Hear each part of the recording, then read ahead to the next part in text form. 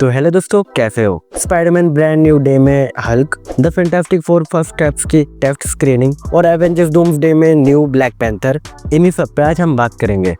तो पहले Spiderman brand new day. तो मार्क रेफलो एक बार फिर से ब्रूस बैनर यानी हल्क के रोल में स्पाइडरमैन ब्रांड न्यू डे में दिखेंगे और ये कुछ छोटा मोटा कैमियो नहीं होगा। ब्रूस का रोल इस मूवी में काफी बड़ा और इम्पोर्टेंट होने वाला है, लेकिन अभी ये क्लियर नहीं है कि वो सिर्फ ब्रूस बैनर के रोल में दिखाई देगा या फिर हल्क भी बनेगा। और रिपोर्ट्स के मुताबिक ब्रूस बैनर का रोल वैसा ही होगा जैसे आयरन मैन, निक फ्यूरी और डॉक्टर स्ट्रेंज का पिछले तीनों स्पाइडरमैन मूवीज में था। एक पॉसिबिलिटीज ये भी है कि ब्रूस बैनर, जो एक ब्रिलियंट साइंटिस्ट है, पीटर पार्कर को मेंटोर करेगा, क्योंकि दोनों ही साइंस के फील्ड में एक्सपर्ट है। और ये भी बता दूं कि पीटर और ब्रूस का एमसीयू में पहले कभी डायरेक्ट इंटरेक्शन नहीं हुआ है, तो ये एक नई डायनामिक होगी।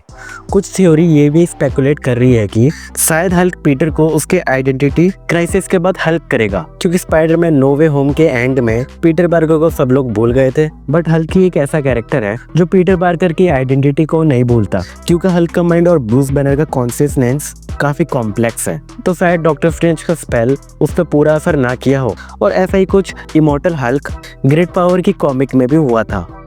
इसके बाद माई टाइम टू शाइन, जो एक्स पे काफी एक्टिव है और एवेंजर्स डूम्सडे से रिलेटेड धड़ाधड़ अपडेट्स दे रहा है, जिसमें से एक ये भी है कि एवेंजर्स डूम्सडे में सेकंड ब्लैक पैंथर का कैरेक्टर भी होने वाला है। मतलब 2 ब्लैक पैंथर होंगे। पहले तो सूरी होगी जो ब्लैक पैंथर वकांडा फॉरएवर में ब्लैक पैंथर बन चुकी है, लेकिन सेकंड ब्लैक पैंथर कौन है, इसके बारे में कुछ केसेस और रूमर्स चल रहे हैं। पॉसिबल थ्योरीज के हिसाब से सेकंड ब्लैक पैंथर टिचाला का बेटा हो सकता है। वैसे अभी तो उसके दूध के दांत भी नहीं टूटे होंगे, बट रूमर के हिसाब से एवेंजर्स डूम्सडे में मल्टीवर्स के थ्रू टोफेंट का एज वर्जन दिखाया जाएगा, या फिर दूसरा ऑप्शन किसी अल्टरनेट यूनिवर्स का ब्लैक पैंथर।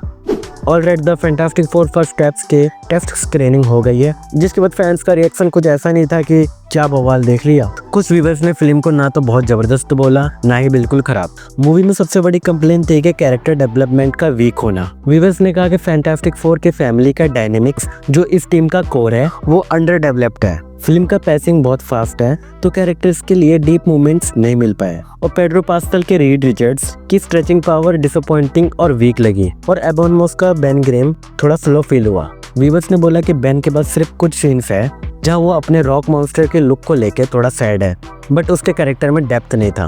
और दूसरी तरफ वेनिसा कर्वे की सुई स्टॉर्म और जोसेफ क्विन का जॉनी स्टॉर्म, दोनों को ये बेस्ट ऑफ द 4 कहा गया। और सीजीआई का भी इशू है, बट ये इशू हमें फेस नहीं करना पड़ेगा, क्योंकि मूवी अभी भी अनफिनिश्ड है, जो एक्सपेक्टेड है, क्योंकि फिल्म अभी भी पोस्ट प्रोडक्शन में है। और एक चीज और, मूवी में गैलेक्टस का सीन व्यूअर्स ने टेरिफाइंग और best part of the movie कहा। गैलेक्टस का design out of the comics है, विद ए मैसिव स्केल और कॉमिक हॉरर वाइब। फिर एमसीयू का नेक्स्ट सागा, जो एवेंजर्स सीक्रेट्स वॉर के बाद शुरू होगा, जो स्पेस से रिलेटेड कोई सागा हो सकती है, जैसे कॉस्मिक सागा। तो उल्टी वल्टी मतलब नोवा का कैरेक्टर एक मेजर रोल प्ले करेगा, जस्ट लाइक मल्टीवर्स सागा में लोकी भाई है। लोकी जिसने मल्टीवर्स सागा में मल्टीवर्स को इंट्रोड्यूस किया, टाइम ट्रेवल और वेरिएंट्स के कॉन्सेप्ट्स को एक्सप्लोर किया, और एवेंजर्स डूम्सडे और सीक्रेट्स वॉर के लिए स्टेज भी सेट किया।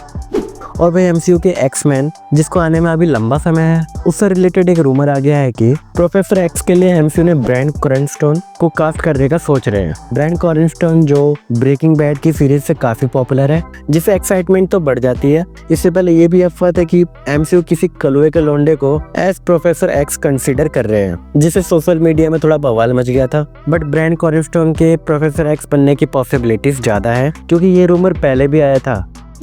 अब कुछ छोटे और इम्पोर्टेंट अपडेट्स की बात कर लेते हैं। और the fantastic four first step के भी कई सारे न्यू लुक और मैगजीन कवर भी रिवील हुए हैं, जिसे एक एक करके देख लो।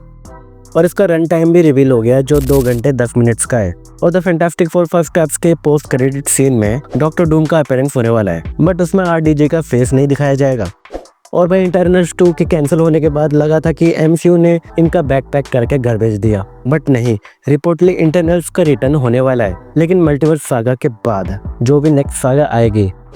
और मार्वल स्टूडियोज के विजन क्वेस्ट में रिपोर्टली एक्ट्रेस एमिली हेम्सपेयर को एडिथ के ह्यूमन फॉर्म के लिए कास्ट किया गया है, और ये वही एआई है जिसे टोनी स्टार्क ने पीटर पार्कर को दिया था, और स्पाइडरमैन फार फ्रॉम होम में मिस्टीरियो ने इसको चुरा लिया था।